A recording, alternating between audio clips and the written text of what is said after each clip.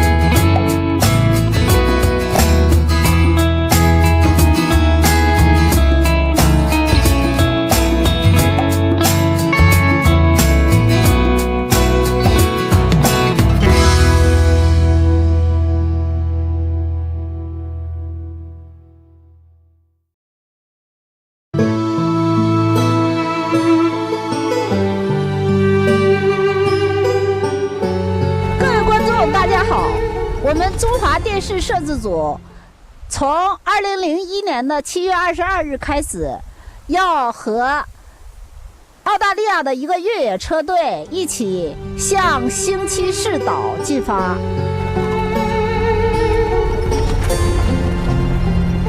Driving on the Cape York roads is completely different to any sort of driving that you'll ever do, whether you live in the city or live in the country around the world.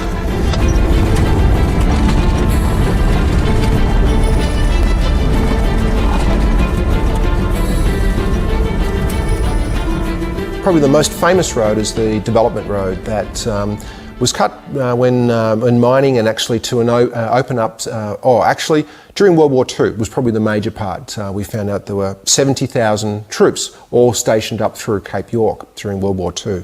So that opened up that road. And now the mining and things like that as well. So it is closed between for the wet season, and it reopens and they run a grader through, and that lasts about a day.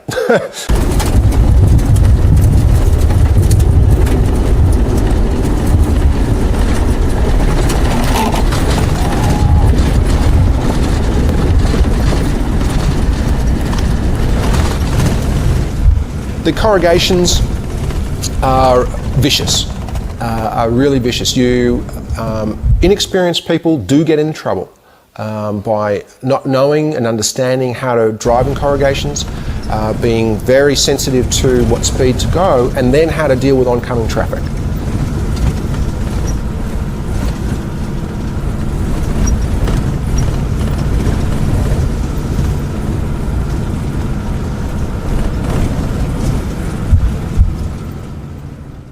The new development road was probably the most corrugated road other than the Canning Stock route that we did a couple of years ago.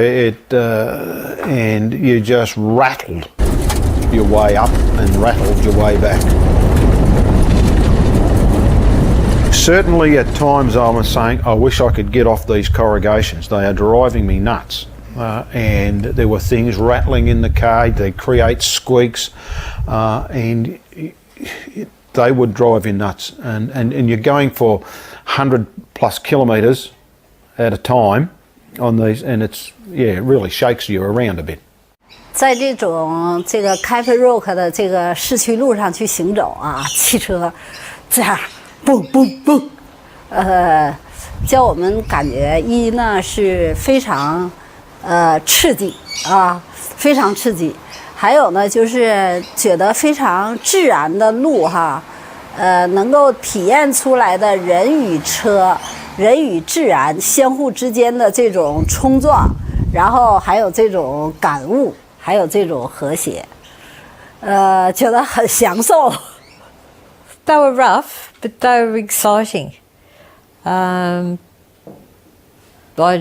trust Tom's driving, so I didn't worry, and we just went where we had to go.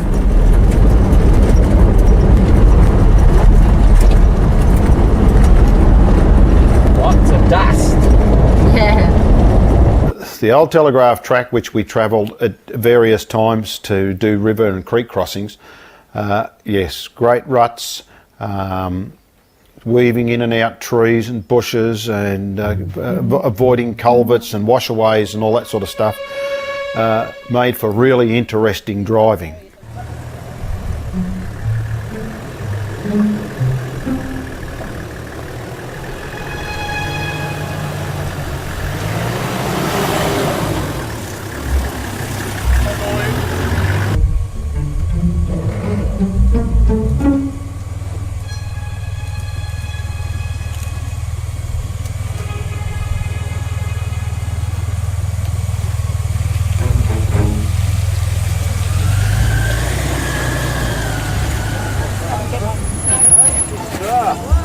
meant the girls, not you. I know you're having fun.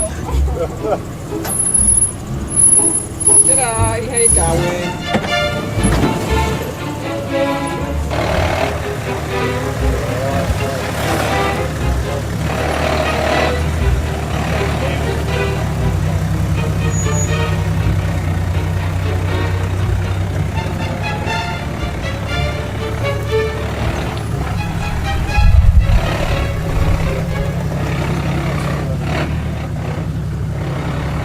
It's being on the lookout, feeling at one with your vehicle.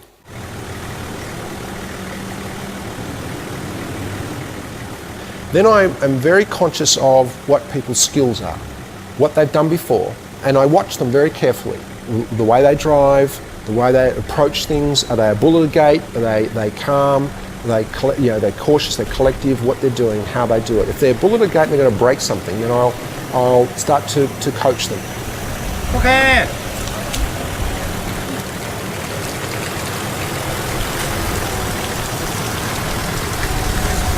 Okay. Very good.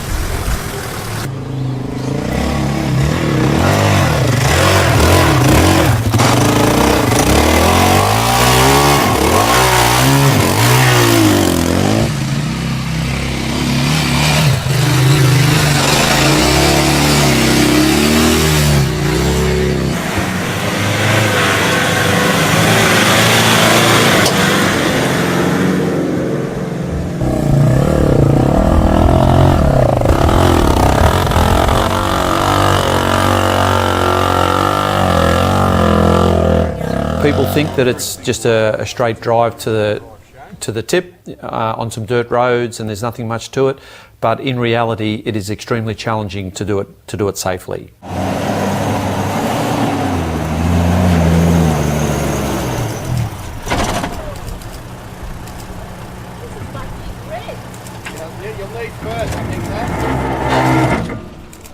Some of it was so rough that we saw damage. Most vehicles that got through were suffering some form of damage.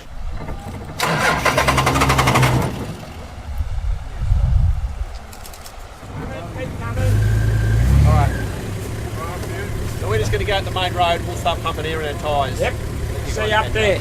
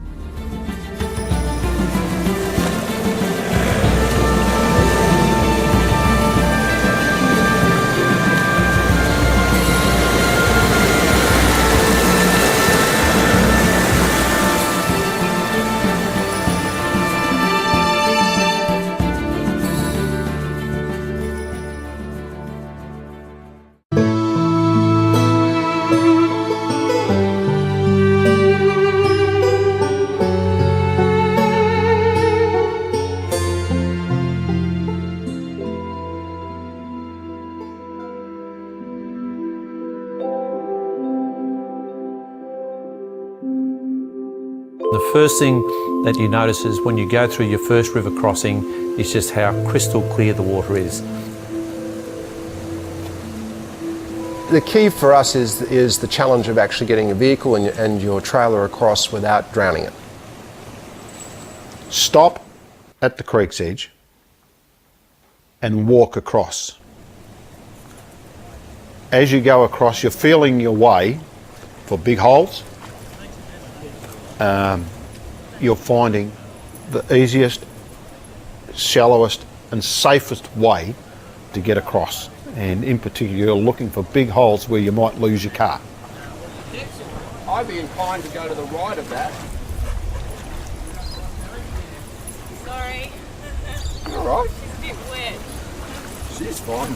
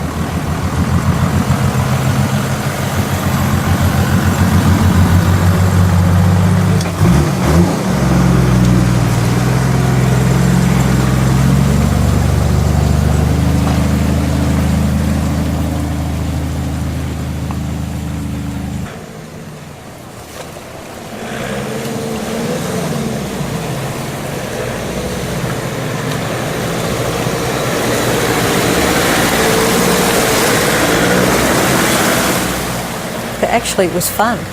I quite enjoyed going across the rivers, and I don't think there was any that we really had any trouble. I think Tom went over one, and we went down a few holes, but they were really pretty good fun.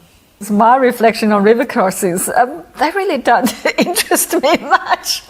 Oh, how can you say that? You got out and played in them. You would wet your feet. That was, to me, it was a boys' game. It was a boys' game, right? And I was the spectator.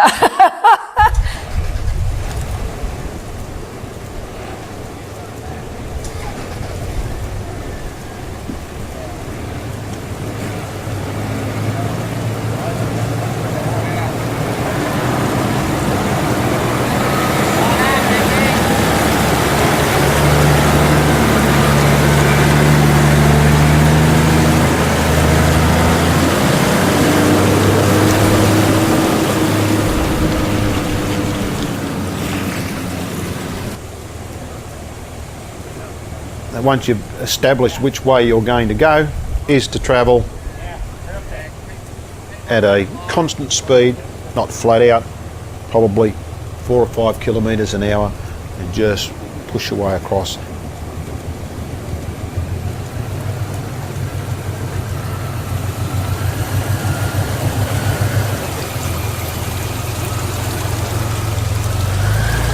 Needs a diesel. For a driver, it was a challenge, and you had to have your wits about you at all times.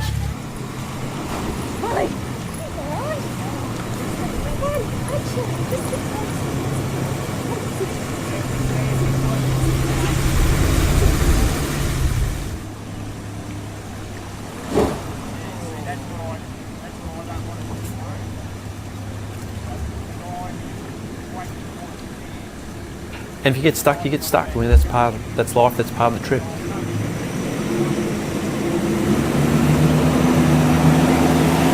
Secretly, the boys actually really preferred to get stuck because it gave them something to do. It was always a great challenge to see who could actually go through the deepest part or the roughest part and get themselves out the other side, who had wheel spin, where were the muddiest bits that they could go through, who could come home with the dirtiest car at the end of the day. So I think that's a real boy thing.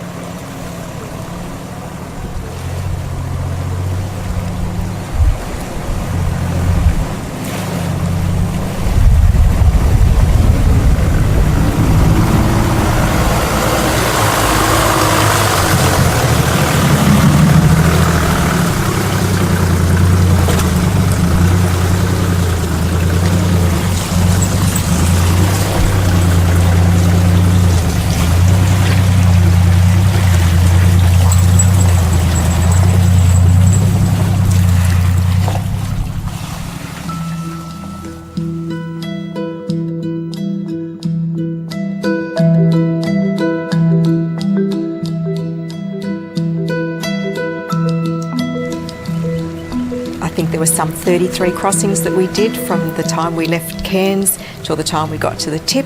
So we had a great variety. Some were wide, some were narrow, some were deep. So it was something to look forward to.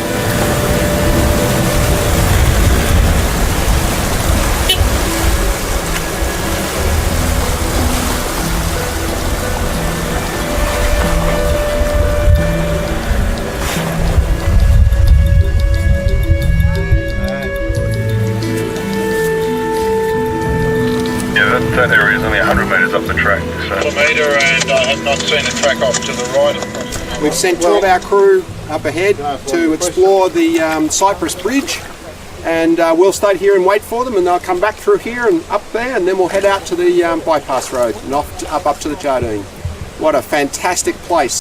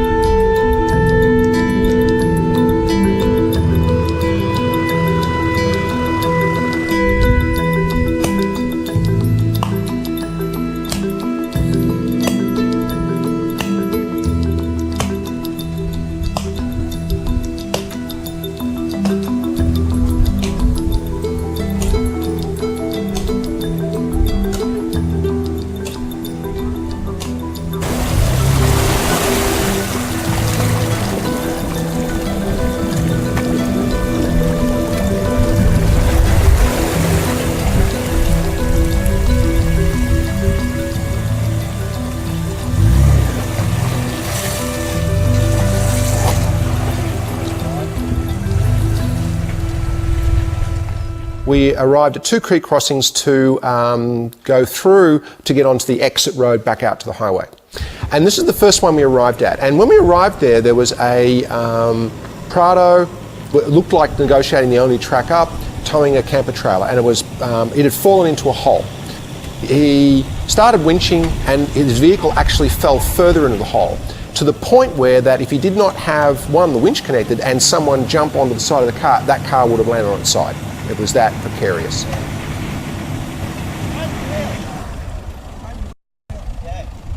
When we were looking around the area, we did see an exit track which didn't force us to go up that particular, all those holes, which was very thankful, because we would have had some fun trying to get up there.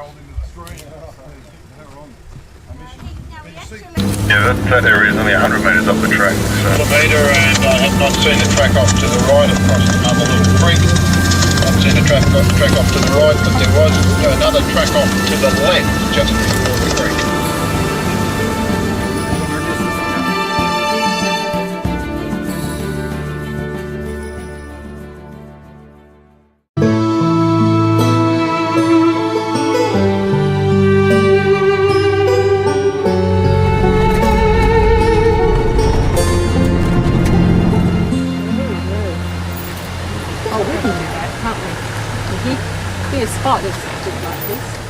We had a couple of issues with a couple of the cars.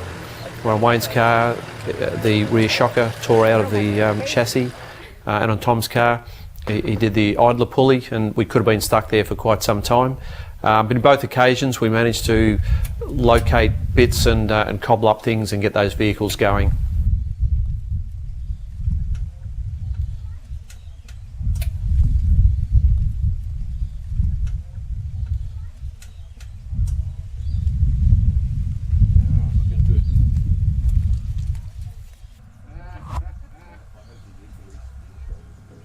You're driving on, particularly the corrugations.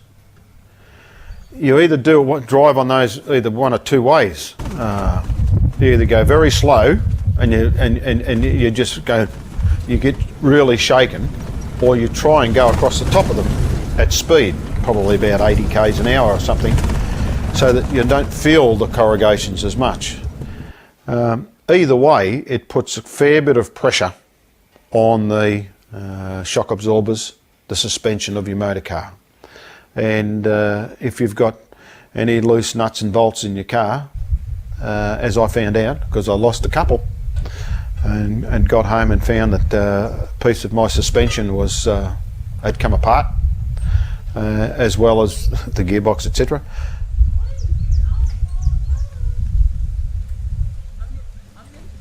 I'm very conscious of what it takes to have a group and holding myself accountable for that overall group safety. I mean, I don't take away from people for their own safety and their own conscious of safety. What I do is enhance that. A car has a problem, he would pause everything. He would even stop breathing. He would be out there trying to figure out how to find the part, how to fix the problem, and who's to take care of their normal kitchen duties so this driver can be freed up to do whatever it needs to do to fix the car in the daylight and what have you.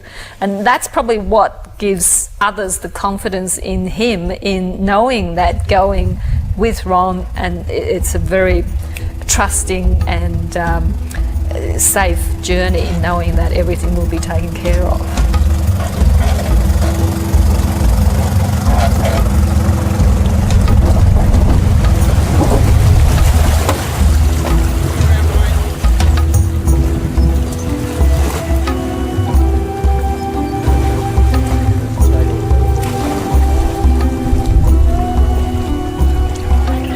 From a safety point of view, if I was to say probably one of the most, I'd say probably number one safety element is radio, inter-car radio.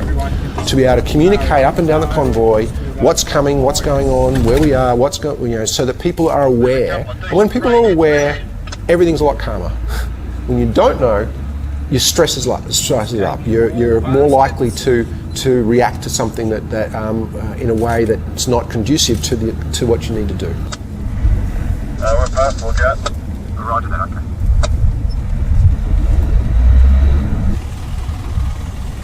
Thanks, mate. Hey, how are you? Good. We've got another 6 behind us, and there's 3 bikes coming up overtaking our group. We're all bunched up together, though. Okay. Thank you. Ta. Cheers. Roger that. That's an option, so option 1, thank you. Yeah, that area is only 100 metres up the track. A metre, and I have not seen a track off to the right across the Mother Creek. Not seen a track off to the right, but there was another track off to the left just before the creek. Yeah, I went through low range. It's probably about 40 centimetres deep. It's murky, so you can't see the depth, but there's no problems. You need to also be very prepared because it is very tiring and you can get easily fatigued, and there is a lot of sharp corners along those dirt roads that you need to be very careful.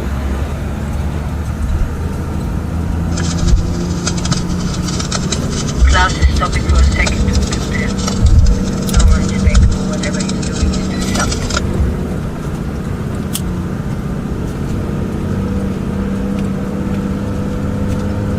I'm tipping he was going from low range to high range. It's a bit tense during the day sometimes when the roads are really busy, and certainly when you get to the end of the day, you hop out of your vehicle, you set up your little camp, and you think, finally, we've made it.